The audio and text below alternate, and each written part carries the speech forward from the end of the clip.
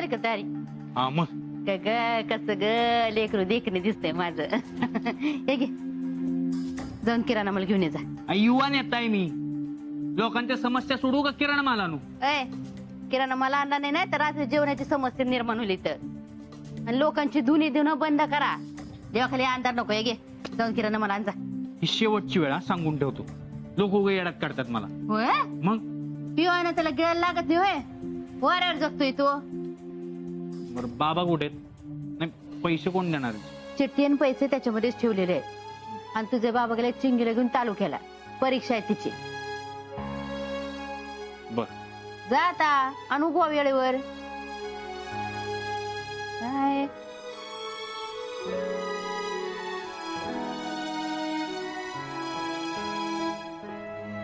रमा काय झालं? हा अगं एवढं सगळं चांगलं चाललंय मग कशाला रडती बाई? अगं बोल की काय झालंय? काय मनात तुझ्या बाळा? सांग की मला. तू काय बोलल्याशी मला कसं करणार आहे? काय झालं तरी मी तुझ्या पाठीशी खंबीरपणे उभं एवढं लक्षात ठेव. मग बोल की काय झालं बाळा? मामी अगं मी नाही जाणार वाड्यावर कामाला. काय रमा तू वाड्यावर कामाला नाही जाणार आहे? हा अगं तुझं डोकं ठिकाणावर आहे का नाही? अगं काय बोलतीये ही? अरे मी काय सांगते ते नीट ऐका. आता वाड्यावर लग्नाचा माहोल आहे. हा म्हणजे वाड्यावर बाईसाहेब काही ना काही देत राहतील आणि वाड्यावर जास्तीत जास्त काम पण असतील म्हणजे जास्त पैसे पण मिळतील. रमा आता अशा वेळी खाडे नको करू बाई. नाही तर तू तुझ्याही पायावर कुराड मारून घेशील आणि आमच्याही पायावर कुराड मारशील. काय ग अगं जरा सांग समजून हिला. अगं पण सुमे मी नाही जाणार आहे तिथं कामावर. अगं अगं तुला कळत नाही का ग? हा सोन्याचं अंड देणाऱ्या कोंबडीला का भूर करून उडवतीये तू? अगं नशीब लागतं वाड्यावर कामाला लागायला. तुझं नशीब चांगलं बाई. इथं नाही तर माझं बघ. साधी लिपस्टिक आणायची झाली म्हटलं ना तरी घरी भांडावं लागतं मला. तेव्हाशी कुठं थोडे पैसे देतात ते मला. ए मशे इकडे इकडे पहिले. काय चाललंय तुझं? काय चाललंय? आणि एवढा जोर चढला असेल ना तर तू चल की वाड्यावर कामाला. बाईसाहेबांनी सांगून तू तर लावून घेते तुला. चल रमा तुला वाड्यात जायचं नाही ना कामाला? मग आपल्या शेतात जातीस का कामाला? तिथे पण काम आहे. तिथे जातेस? मी जाते वाड्यावर. मामी अगं तू वाड्यावर जाणार असशील ना तर मी आज जाईन शेतावर. समधी कामं करते तिथली. रडू नको आणि राहू दे ती बघते मी. नीट जा.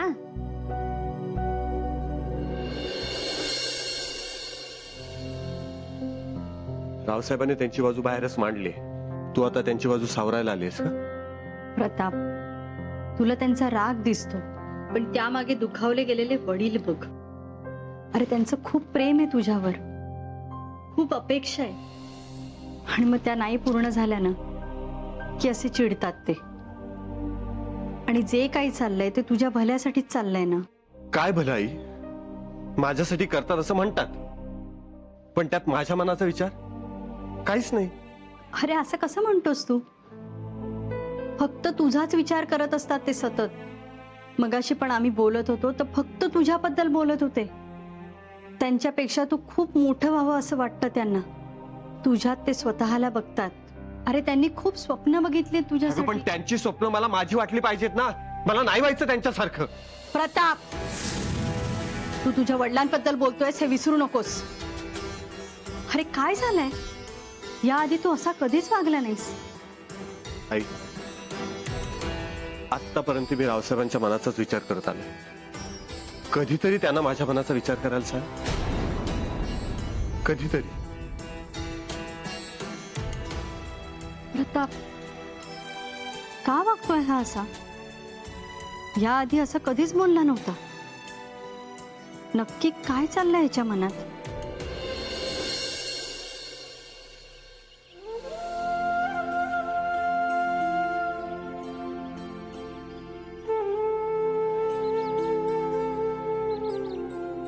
रमे तू इकडे आलीस तर आम्हाला लई बरं वाटतंय बघ. आम्ही कसं काम करताना किती गप्पा मारतो. तू कसं गपगुमान काम करतेस बघ. म्हणून तुझं काम बघ असं लवकर आवरलं. मनाचं पण तसंच असतंय बघ.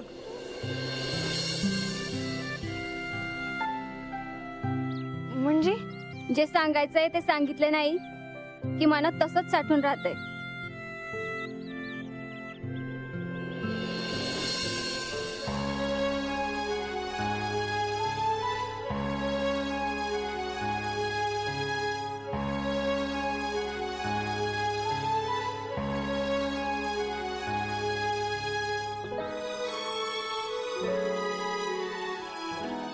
मनातलं मनातच ठेवण्यात, पुन्हा पुन्हा स्वतःलाच प्रश्न विचारण्यात काय अर्थ आहे? नाही, मनातली प्रत्येक गोष्ट रमयाला सांगायलाच हवी. नाहीतर घुसमट वाढत जाईल. न बोलून फक्त गुंता वाढत जाणार. त्यामुळे बोललंच पाहिजे.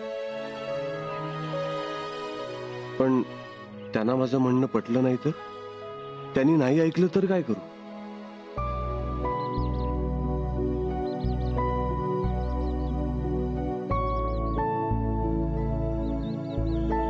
नाही, पण माझी खात्री आहे असं काही होणार नाही.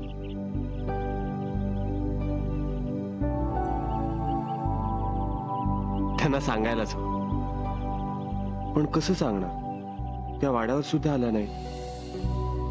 पण त्या वाड्यावर नसतात तेव्हा शेतातली कामं करण्यासाठी येतात.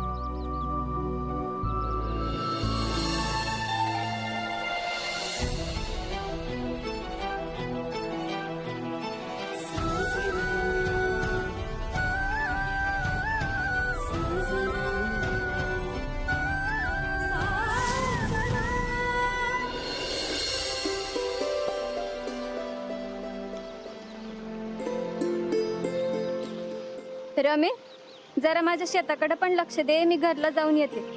बाय, चालते, जा तू.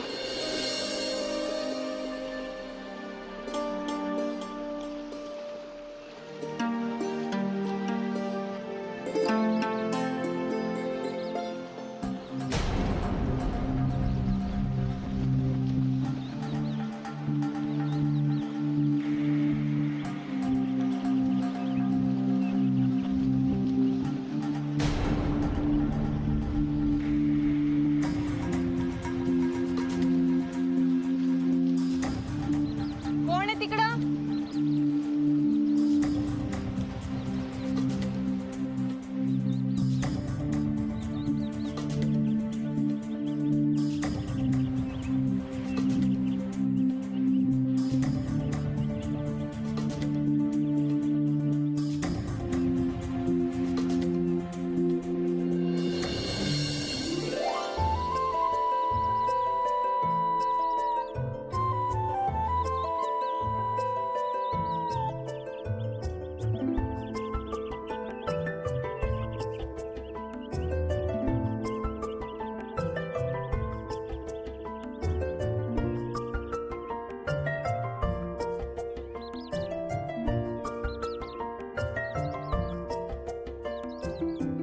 छोटे मलक हे असं काहीच बोलू नका. आज मला बोलू द्या. अहो, पण कोणी बघेल. जगाचा विचार करत जगण्यात किती दिवस वाया घालवायचे आपण? रमा, इतके दिवस आपण एकमेकांना टाळतोय. लक्षात येत नाहीये का तुमच्या? ज्याविषयी बोलायला पाहिजे ते सोडून बाकी आपण सगळं बोलतोय. हे कळत नाहीये का तुम्हाला? किती दिवस आपण एकमेकांच्या आठवणींमध्ये जळत राहायचं? किती दिवस हे सगळं मनात ठेवून झुरत राहायचं? सांगा रमा, सांगा.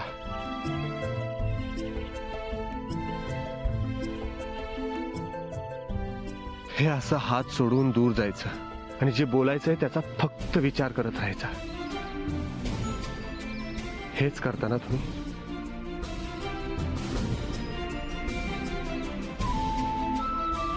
माझ्याकडे एकदा बघा आणि मला उत्तर द्या.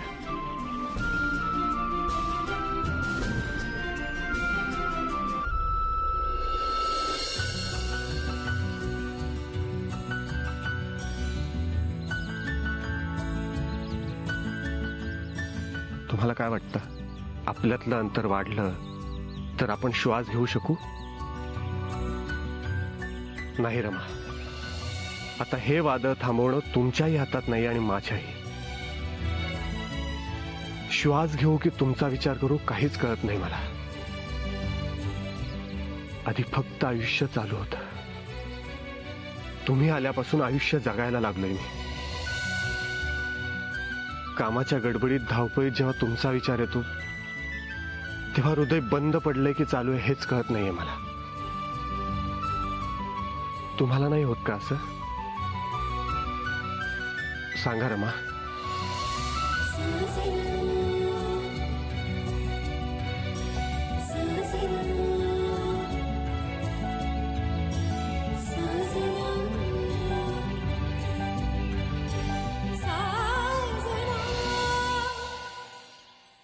तुम्हाला नाही वाटत आपलं नातं काहीतरी वेगळं आहे म्हणून? समोर असताना आपण बोलू शकत नाही तेव्हा घुसमटल्यासारखं नाही वाटत तुम्हाला?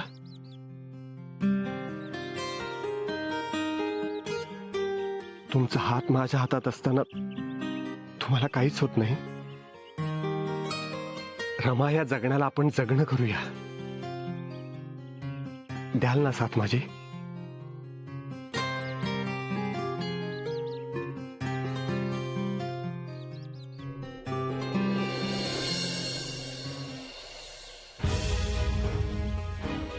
जे मनात आहे ते बोलून मोकळं व्हा.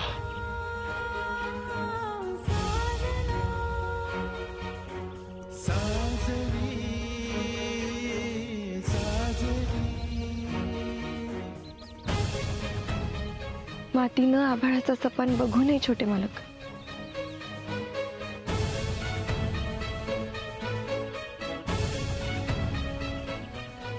मला माझी पायरी ठाऊक आहे आणि जे आहे ते मनात ठेवलेलंच चांगले.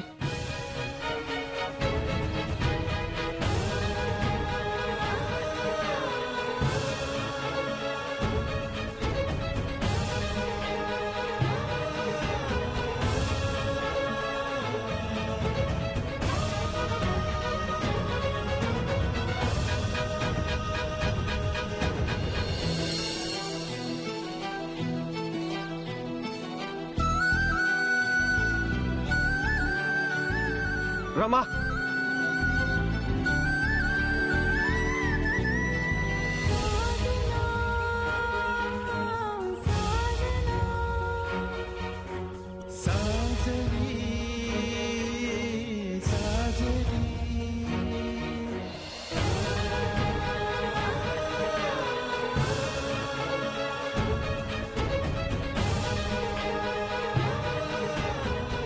रमा,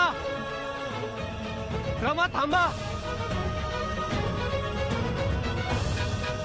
रमा, माझं तुमच्यावर खूप प्रेम आहे. ऐकलं का? रमा.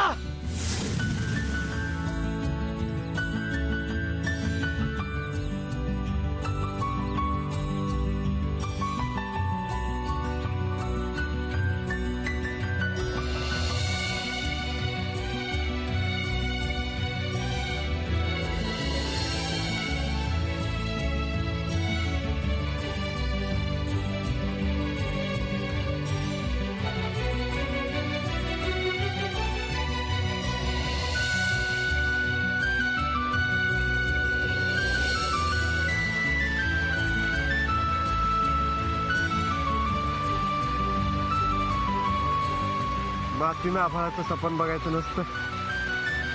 प्रेमात असा विचार करायचाच नसतो. आभाळाला मातीची ओढ लागली ना की आभाळ दाटणारच आणि पाऊस होऊन मातीला भेटायला येणारच. प्रेमात आभाळ काय आणि माती काय, इथून तिथून दोघं एकत्र येणारच. सरला रमा कुठे गेली का? शेतात गेले का हो? अगं नाही म्हणजे चिंगीला शाळेत बोलवलं होतं हेडमास्तरांनी. भेटले ना तेव्हा बोलले मला. हेडमास्तरांनी? हा. चिगुडा शाळेत काही गोंधळ घातलं बाई? नाही मामी. अम्मा का बोलले असेल?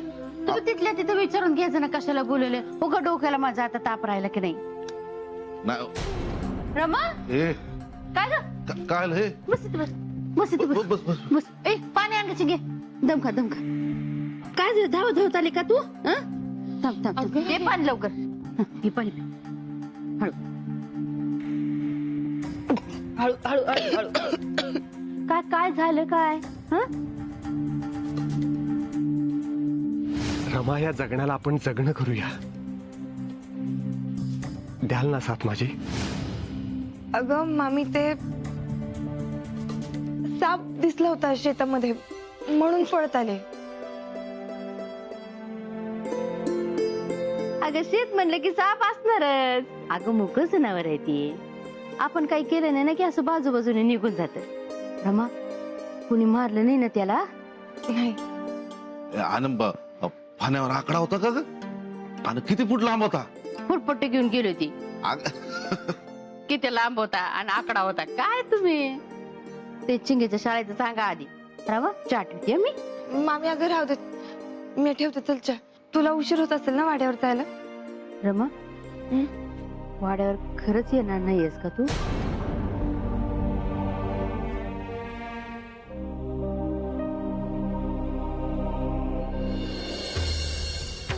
भाजी कोणी बनवली? भाजी कोणी बनवली? म्या केली. अजिबात जमलेली नाहीये. त्या आधीची जेवण बनवत होती तिचं नाव काय? रमा ती कुठे गेली? आली नाही अजून. का? माहित नाही, कदाचित बरं नसेल किंवा काही. मग तिला बोलवून घ्या. मी इथे असेपर्यंत तिला जेवण बनवायला सांगा. ठीक आहे, निरोप पाठवते मी. आणि प्रतापराव कुठे आहेत? तो शेतात गेला. समजावा त्यांना. सांगा त्यांना आम्ही जे ठरवलं ते ठरवलं, त्यात बदल होणार नाही हे समजावा. घरी काम होते जी म्हणून याला उशीर झाला. ठीक आहे. रमा कुठे आहे? चिंगीच्या शाळेत सांगा आला होता. रमा तिकडे जायला लागले जी. हे इथलं काम पूर्ण झाल्यावर पण जाऊ शकला असतात तुम्ही. असं स्वतःचा निर्णय घ्यायचा नाही. काय गरज म्हणून काम करताय का हाऊस म्हणून? कुणी येतंय कुणी जातंय, यापुढे कोणी कधी सुट्टी घ्यायची हे मी ठरवणार. आलं ध्यानात? चूक झाली जी. याच्या पुढे असं नाही होणार मोठे मला. येऊ जी.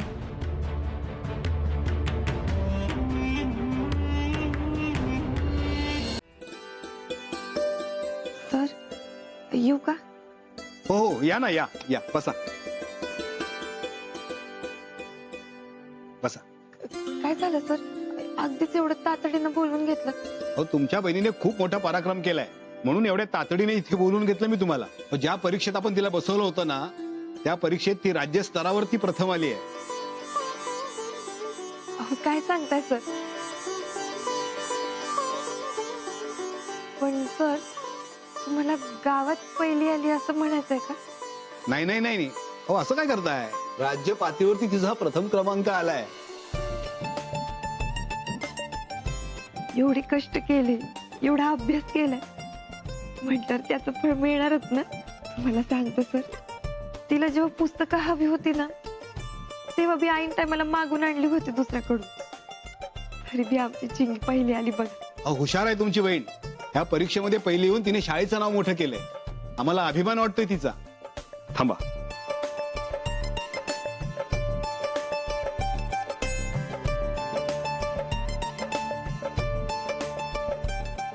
हे तिचं प्रशस्तीपत्रक.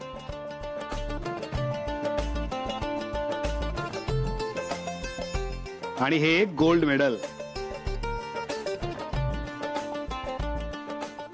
अभिनंदन तुझं. Thank you sir. असू दे असू दे. बसा. अजून एका महत्वाच्या विषयावरती तुमच्याशी बोलायचंय. बसा. या परीक्षेमध्ये ती प्रथम आली, त्यामुळे तिला शिष्यवृत्ती मिळाली. ही संस्था चिंगीच्या शिक्षणाचा सगळा खर्च करायला तयार आहे. पण काय सर? पण चिंगीला त्या संस्थेच्या शाळेत जाऊन शिकावं लागणार आहे. कुठं आहे ती शाळा? बंगलोरला. शाळा दूर आहे, पण मला वाटतं आपण तिला तिथे जाऊ द्यावं. कारण ही संधी लाखो विद्यार्थ्यातून एखाद्यालाच मिळते. तशी आमची चिंगी लाखात एकच आहे. पण तिथे असं आहे, शिक्षणाचा खर्च ते करणार आहे. पण राहण्याची सगळी व्यवस्था तुम्हाला करावी लागणार. किती असेल साधारण खर्च?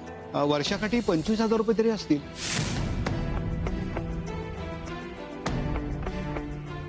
लगेच जावं लागेल का?